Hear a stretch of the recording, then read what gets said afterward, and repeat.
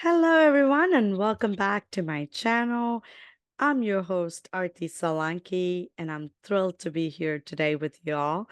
On this channel, we bring women entrepreneurs from different industries to share their unique journey with us, from entrepreneurship to personal development and beyond. We explore diverse perspectives and insight to inspire and empower our audience.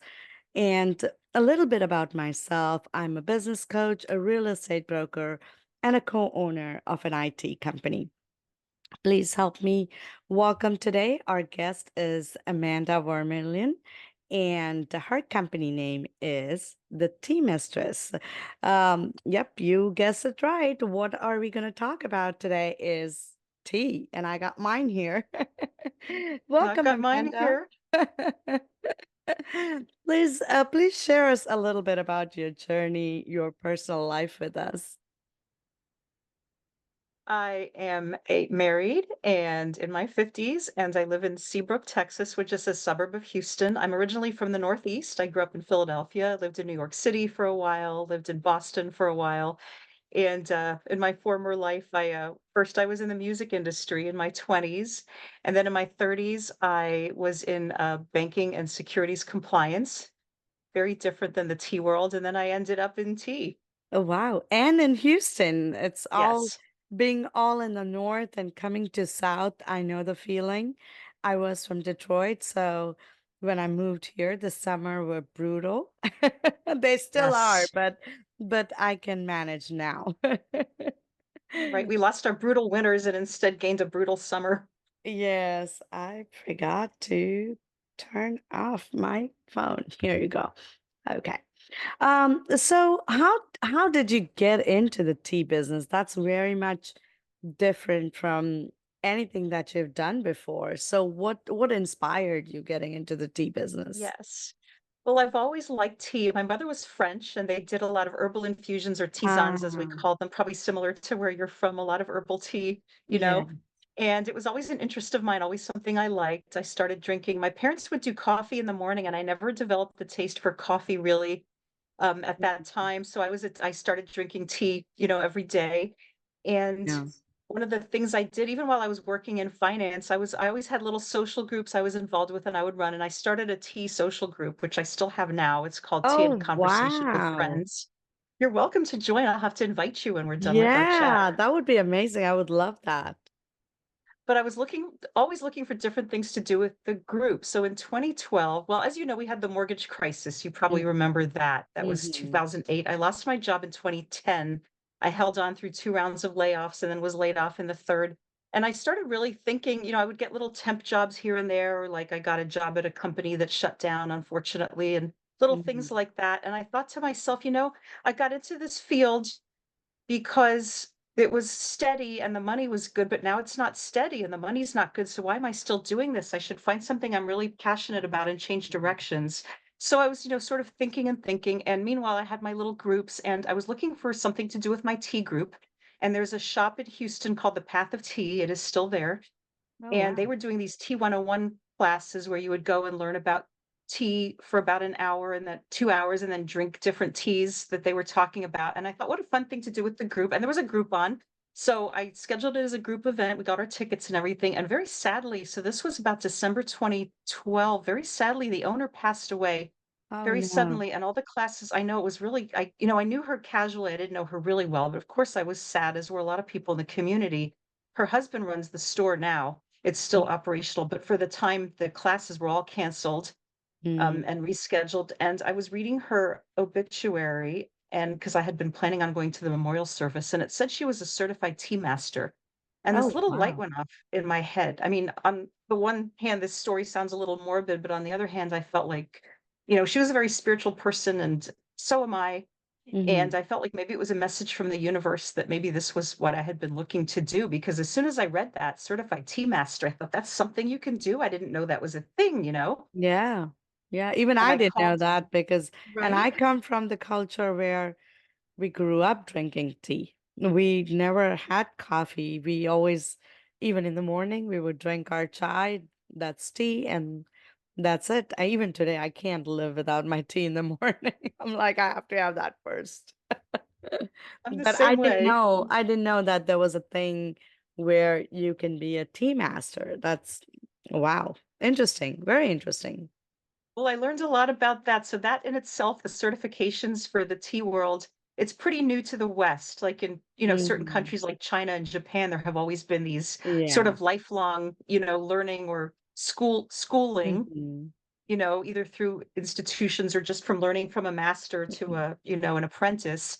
Yeah. For the West, it's pretty new. And as I found out after I signed up for this particular tea certification program, I found out that there's sort of, it's not like when you're in real estate and you have one agency that certifies everyone. Here, it's very Right. different, where it's like private organizations and institutions and schools that are doing different tea programs and they're competing. And sometimes they say bad things about the other people's programs. So it's not standardized yet. And I hope that someday it Right. will be. Right. And it's interesting when you say that in China and in some parts of Asia, the tea is so um it's the way they serve and everything has to be so proper because I went to Hong Kong and my sister and I we went for a tea shop, a small tea shop, and they would also serve you tea, but they had a method of doing it. They had like they would make you sit certain way, they would pour it a certain way. It was just such a beautiful experience. I absolutely loved it. And they take their tea very seriously, I should Yes. say that. Very It's a serious. science, it's an art form. Yeah. It's a medicine for them. Yeah. Yeah, excuse me. Yeah, it was but I loved it. It was very nice and the tea I still remember that the tea one of the teas that we bought from there it was like a small flower bud, but then when you put it in the water and when it's steep, it becomes like a whole bloomed flower. And Yes. it was so fragrant, so amazing that oh my God, it was just beautiful. Just to look at it and even the fragrance, the smell, the aroma of that tea was so, so, so good. It was like, oh my God, I can probably drink that every day. Yeah, that's the blooming tea, and that's something I do carry, Oh actually. wow. What I've noticed is people tend to buy that as gifts for friends, like, I sell a lot of it around Christmas time, and Yeah, one thing I wanna say is you deserve to treat yourselves, everybody. Don't just save those special absolutely. things for your friends. Have it for Yeah. you too. Absolutely, absolutely. Like I said, I love that so much because for me, it's not just the looks of the tea, but also uh, the fragrance, the Yes. aroma that comes from that tea was so good. It was so beautiful that it was like, oh my God. I absolutely adore that tea, but yeah, I need to get that from you then. I definitely need to get that if you have those. I would love that. So talking about the tea business, where do you market this? Like just locally or how do you sell your products? Yeah, good question. So just to start with the company went in a completely different direction than what I thought, because I started in 2013 and I thought I was just going to do sort of classes and tastings. Hmm. And it started turning into I did one of those, and the first one I did, everybody said, "Well, where do we get this tea?" And so I'm Hmm. like, "Well, I got this one at this store and I got that one from this company." I'm thinking, why am I I just sold tea for Yeah. these people. So I started carrying tea, and now sort of that part of the business is bigger at this point, although I still do both. But so how I market right now, I had a brick and mortar briefly in 2016 and 2017.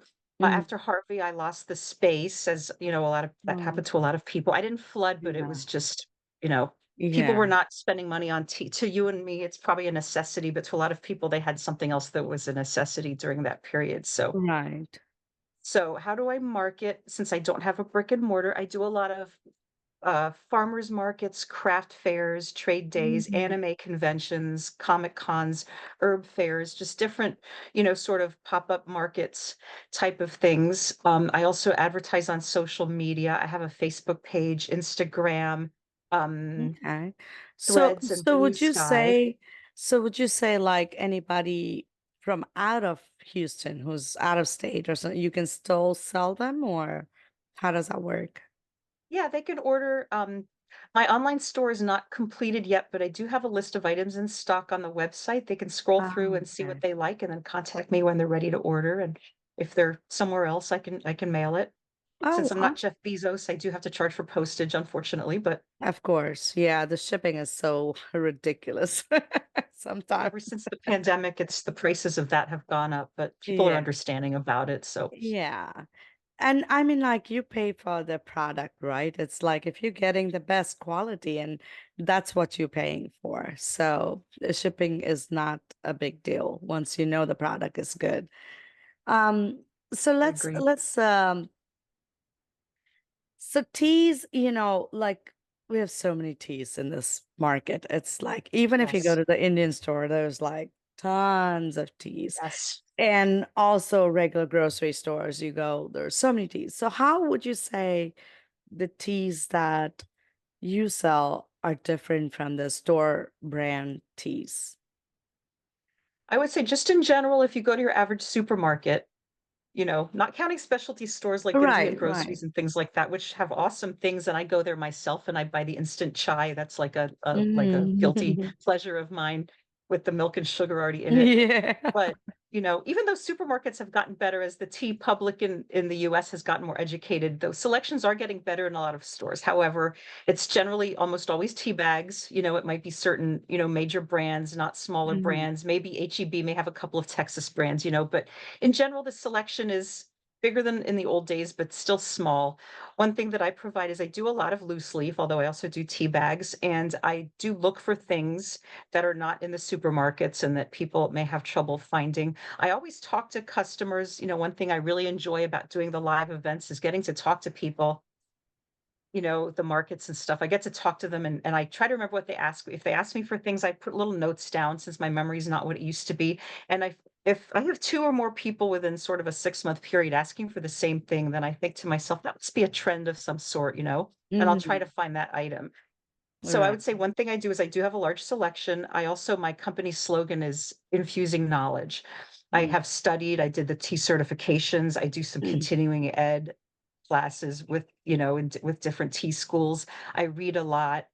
I try to inform myself about what's out there, and I'm always learning. So I like to at least be able to provide people with information about the different teas too, which they may not get from something off of a shelf or from a cashier in a bigger Right, store. right.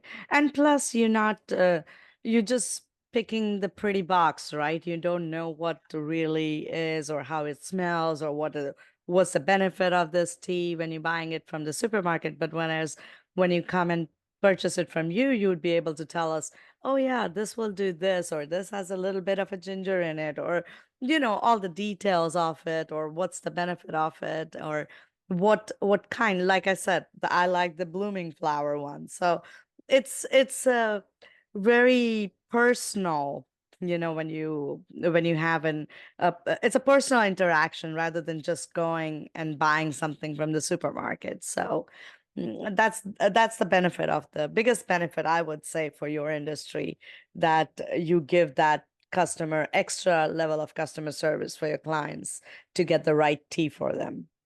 That is Correct. very true, and one thing I would hate, as you brought up, when they're buying something in a box, no matter how beautiful the packaging is, they don't know what's in it, and, you're if you spend Yeah. $10 or $8 or something or $15 on a box of tea and you get it home and you don't like it, well, you know, What one do you thing I do? tell people is I can do samples. I can do up to 4 free samples per customer, per new Right. customer, and I also do small sizes. I'll sell 1 ounce, 2 ounce sizes of things, so that way it's not a huge investment, and if they like it, they may buy 4 or 5 ounces the next time, or even I sold 2 pounds of Lapsang Souchong tea to somebody who couldn't find it anywhere else. She knew Oh, she liked wow. that type of tea and, couldn't find it. So, anywhere from an ounce to, 2 pounds, Wow. 5 pounds, whatever people want.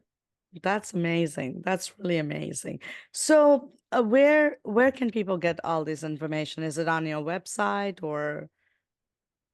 Yes, I'm pretty active on Facebook. I try to post on there at least once a day. It's, facebook.com, and then it's the Tea Mistress / the Tea Mistress, or you can just look up the Tea Mistress LLC. My website is theteamistress.com. So that's TheTeamistress.com. And as I said, there's a list of items in stock on there, as well as the services I offer. So you can read about the different talks and tastings and the different things I do as well. Awesome. Yeah. Um, So do you think you can also do like if they're locally here in mm, Houston and if they want to do a small tea party or something like that, and you offer that service or you teach yes. them like is there anything else that you offer besides just selling, like educating or having tea parties or stuff like those? Yes, absolutely. I can do talks. So I have different talks I can do up to anywhere from, 20 minutes, half an hour, an hour. I think after an hour, people's attention span kind of goes. So I generally try to keep them shorter than that, including Q&A. But I generally, the most popular, I would say, are the T101 talk, which is sort Okay. of a basic overview of everything. I do one that's a history of afternoon tea, since a lot of people are doing afternoon tea parties now. This Mm. time of year, since June is National Iced Tea Month in the US and June 10th is Okay. National Iced Tea Day, I do a real scoop on iced tea, which is the history of iced tea and cold drinks in general, which is kind Right. of an interesting one. And other customized ones, I've done seasonal ones. I've done ones that focus on different countries, France, India, Japan, things like that. And, I also do tastings, that's another thing I offer. Generally, I recommend tasting maybe 3, sometimes people want 4, sometimes they want 6. I feel if it's too many, people can get overwhelmed once again, Yeah. but that is another thing that I do. It Wow. could be teas from a particular country or just a range, like maybe 1 black, 1 green, 1 white, 1 herbal, something like that. Wow. And, Interesting. Very nice. as far Yeah. as tea parties, now what I do tell people is I'm not a food caterer. If people have a fantasy of the little sandwiches and the Then scones and things like that, I cannot do that, but I can partner, if people wanna make those foods at home and bring me Yes, in, or if they have a caterer they like to work with, I can talk to the caterer and coordinate, to right, pair the teas with the food. I can do that as well. right. Yeah, the pairing part, that's a Yes. good point, like, because not every kind of tea goes with every kind of food, so that's a good point that you bring up, pairing the tea with certain foods. But, Very true. It's just like the wine world where people pair their wine with certain types of ye foods and cheeses, and yeah, it's the same thing in tea. yeah, One thing I've absolutely. done a couple of times is, oh, sorry, as I get so excited and I can't stop talking, Yeah, I've no, done go tea and ahead. We chocolate we love pairings. we wanna know all about it, so Good. absolutely, go ahead.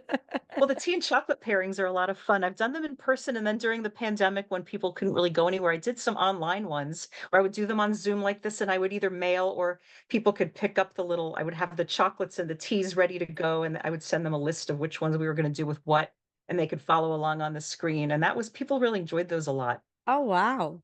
Yeah, we should do one of those, you We know? should. I would love that. I was just having a sip of my tea that I had a shredded ginger in it, and I kind Oh, of so like, good for you. yeah, because of the sore throat, I'm like a little honey and ginger and lemon squeezed in it, and just soothing the throat. I think the pollen's been bad because my husband is having the same thing right now. Yeah, yeah, it is. So where do you see your company in 5 years from now? What is your vision for yourself? It's a good question. I think I would like to have a brick and mortar again because I feel in order to grow to the next stage, even if it's just at least a work warehouse where I could just, really Mhm. work on my blends and really, have a central place to work. I really do miss having a brick and mortar. One Yeah. other thing that I probably didn't mention to you ahead of time is I have a nonprofit organization too. It's Lone Star Houston Tea Festival.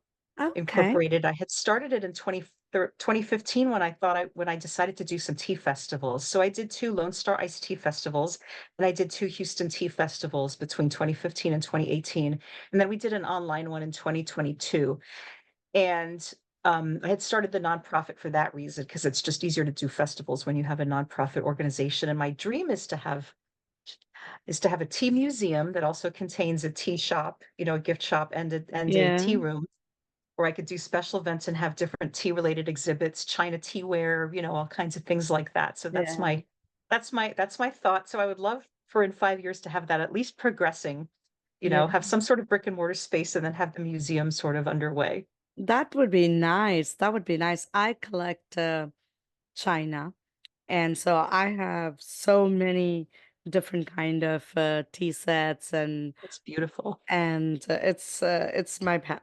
I go crazy whenever I see any china that I love, and I just can't stop. I probably have more than total, probably more than 500 pieces of china in my house, so I can feed Wow. probably 50 people in just all the dinnerware, everything, all china. I have it. So My husband's always complaining that our house looks like a china shop, because I his mother was the same way, so they say you marry your right. So I got some of her teaware when she passed away, some of her beautiful things too, and it's yeah.